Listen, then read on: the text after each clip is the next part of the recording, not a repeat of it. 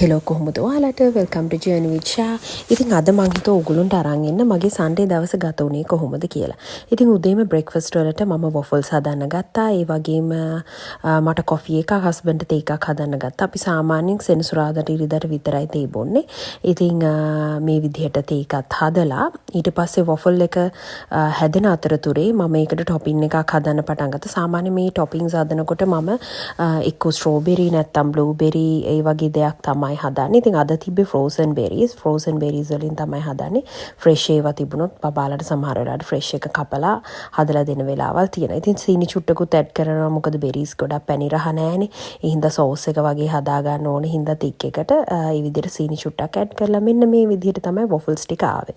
ඉතින් වොෆල් සාමාන්‍යයෙන් මම හදලා ෆ්‍රීස් කරලා තියෙනවා. එතකොට සතිය පුරාවට ඒගොල්ලන්ට වීක් ඩේස් වලත් ඉස්කෝලේ යද්දි උදේට කන්න ඕන නම් හදලා කන්න අපිට රත් කරලා විතරයිනේ ගන්න තියෙන්නේ.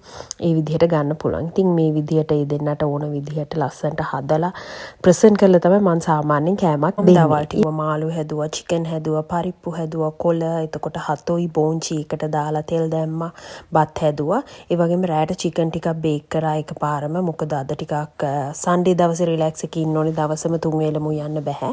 ඒ හින්දා මේ විදිහට හදලා කරලා ඊළඟට තියෙන්නේ ක්ලීනින් පාර්ට් එක. ඉතින් මේ විදිහට කිචන් එක ක්ලීන් කරගත්තා. මම සාමාන්‍යයෙන් එවරි වීක්ලි මේ වගේ ලිපේ තියෙන රැක්ස් ටික වෙන වෙනම හොඳට ක්ලීන් කරලා ගන්නවා. නැත්නම් ඒ වගේ අර තෙල් ග්‍රීස් එක බැඳෙන්න බලනවා.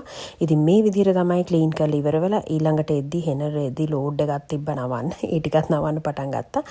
ඊළඟට තියෙන ක්ලීනින් ජොබ් එක තමයි මට සන්ඩේ දවසේ බාත්රූම් හොදන එක. මේ විදිහට බාත්රූම් එකට මම මේ බ්‍රෂ් එක ඉලෙක්ට්‍රික් බ්‍රෂ් එක. එතකොට අර තදින් අතුල්ලන්න මොකුත් නැහැ.